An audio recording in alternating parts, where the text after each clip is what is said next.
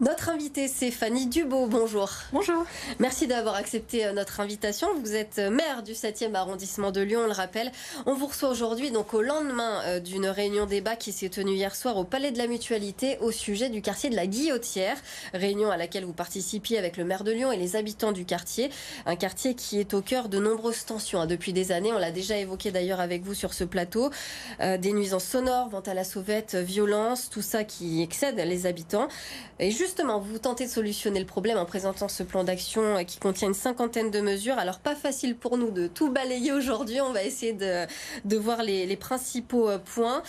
Alors, sur la sécurité, tout d'abord, j'aimerais qu'on parle de ça. Qu'avez-vous prévu, justement, pour rassurer les habitants à ce niveau-là? Des renforts de police, déjà.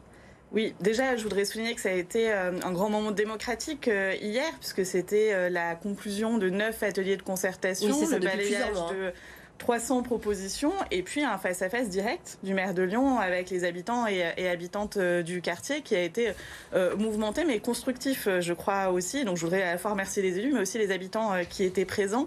Effectivement, plusieurs thématiques qui ont été abordées. C'est une approche multithématique qu'on a autour de cette place et notamment la sécurité avec la demande de renfort de policiers nationaux mais également la mise en place toute récente d'un groupe local de traitement de la délinquance spécifiquement sur la place Gabriel Péri. Donc vous espérez des renforts de la préfecture, Grégory Doucet les a en tout cas demandé.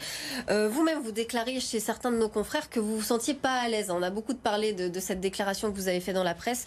Pas à l'aise en traversant la place du Pont. C'est ça aussi dont il s'agit. C'est la place des femmes aussi qui, dans ce quartier qui pose problème. C'est on se sent pas en sécurité. Je voudrais remettre un peu ces propos dans leur contexte, parce que souvent quand c'est sorti de son contexte, ça peut être prétexte à des polémiques. Moi, le Progrès m'a interrogée sur ma place d'habitante. Ils m'ont dit on veut avoir votre ressenti d'habitante du quartier. Je leur ai donné 3 points rapides. Le premier, c'est que cette place a des horaires et que, par exemple, le matin, on peut la traverser tout à fait tranquillement, sans encombre. Deuxième, c'est qu'effectivement, à un certain moment de la journée, il y a beaucoup de monde. Et donc, j'ai expliqué au Progrès que je pensais que hommes et femmes, on se sentait souvent obligés de faire un détour et de passer de l'autre côté du trottoir pour ne pas être embêtés. Je crois que c'est le ressenti et que c'est la réalité. Et puis, troisième chose, puisque cet article traitait de la place des femmes, dire aussi que le harcèlement de rue, ce n'était pas que place Gabriel Péri, mais c'était vraiment dans beaucoup d'endroits urbains. Alors il y a un autre gros sujet qui cristallise les tensions, on en a aussi beaucoup parlé, c'est le marché à la sauvette qui a lieu dans le quartier. Alors que faire justement par rapport à ça? Vous avez toujours cette volonté d'encadrer, vous parlez même, je crois, de le délocaliser, c'est ça l'idée?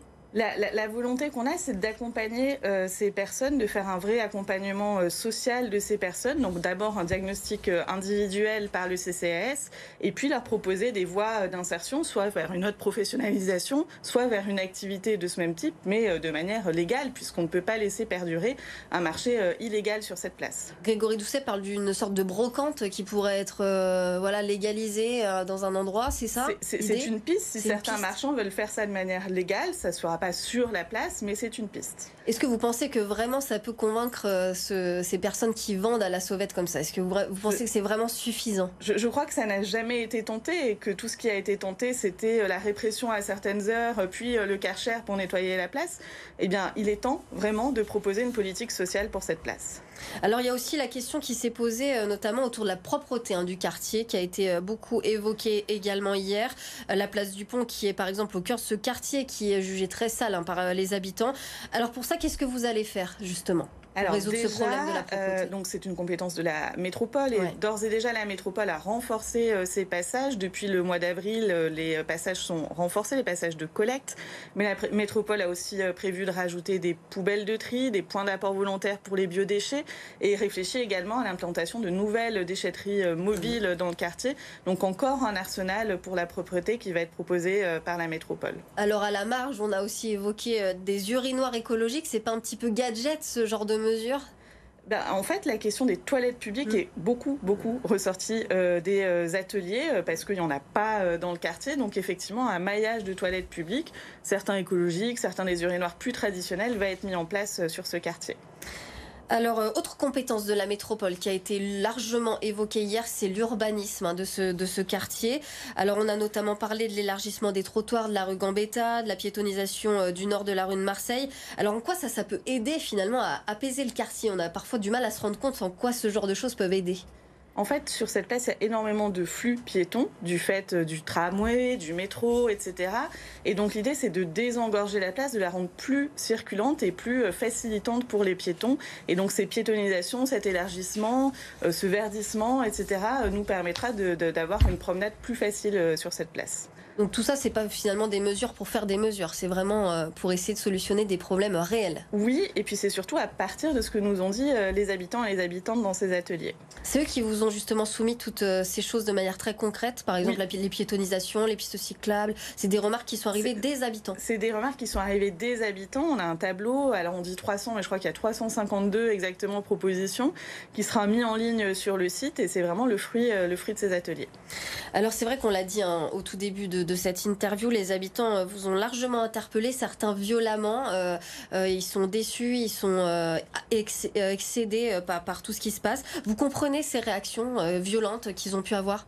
Bien sûr, et je pense que la réunion d'hier était riche et il y a eu des interpellations vraiment de tout type. Et donc chacun a son ressenti, chacun a sa subjectivité sur cette place. Et je crois que c'était normal qu'on soit là pour les entendre. C'est ça aussi notre rôle d'élu. Donc hier soir, vous leur garantissez finalement, vous leur avez garanti que ces mesures vont payer, que c'est pas vain tout ça.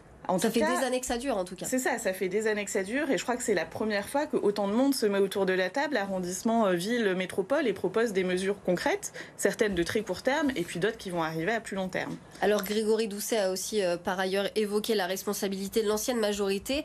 Si la place du Pont est mal fréquentée, c'est selon lui à cause de l'héritage laissé par les anciens maires. C'est la faute de Gérard Collomb tout ça? C'est ce que vous pensez? Non, je pense pas que ça soit la faute de Gérard Collomb. Simplement, le fait qu'on hérite de cette situation, c'est un fait. C'est pas, en tout cas, la faute de la nouvelle municipalité, de tout ce qui se passe sur la place du Pont. Mais voilà, je n'ai pas envie d'incriminer qui que ce soit. C'est pas mon rôle. Eh ben, merci beaucoup, en tout cas, Fanny Dubaud, d'avoir été avec nous ce matin sur BFM Lyon. Fanny Dubaud, donc maire du 7e arrondissement de Lyon. Elle était avec nous pour parler du plan d'action pour le quartier de la Guillotière.